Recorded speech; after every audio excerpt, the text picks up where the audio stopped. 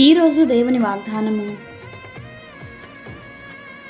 నీ దేహమునకు ఆరోగ్యమును, నీ ఎముకలకు సత్తువయు కలుగును.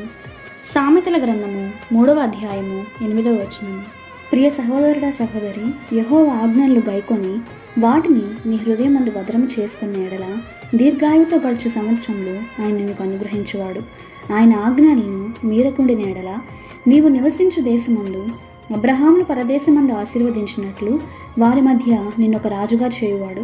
సత్యమును విడిచిపెట్టకుండిన ఎడల నీవు అనుసరించు మార్గమును బట్టి నీవు కష్టము ఎదుర్కొని ఎడల ఆ కష్టంలో నీవు ఆయనకు మొర్ర పెట్టగా నీ ప్రతి ఆపదలో నుండి ఆయన నిన్ను విడిపించువాడు.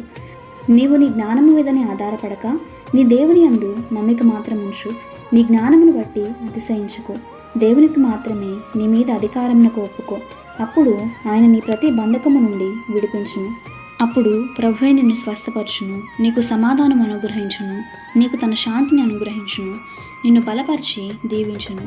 నీవు నెమ్మది నొందుదువుగాక. ఆమేన్.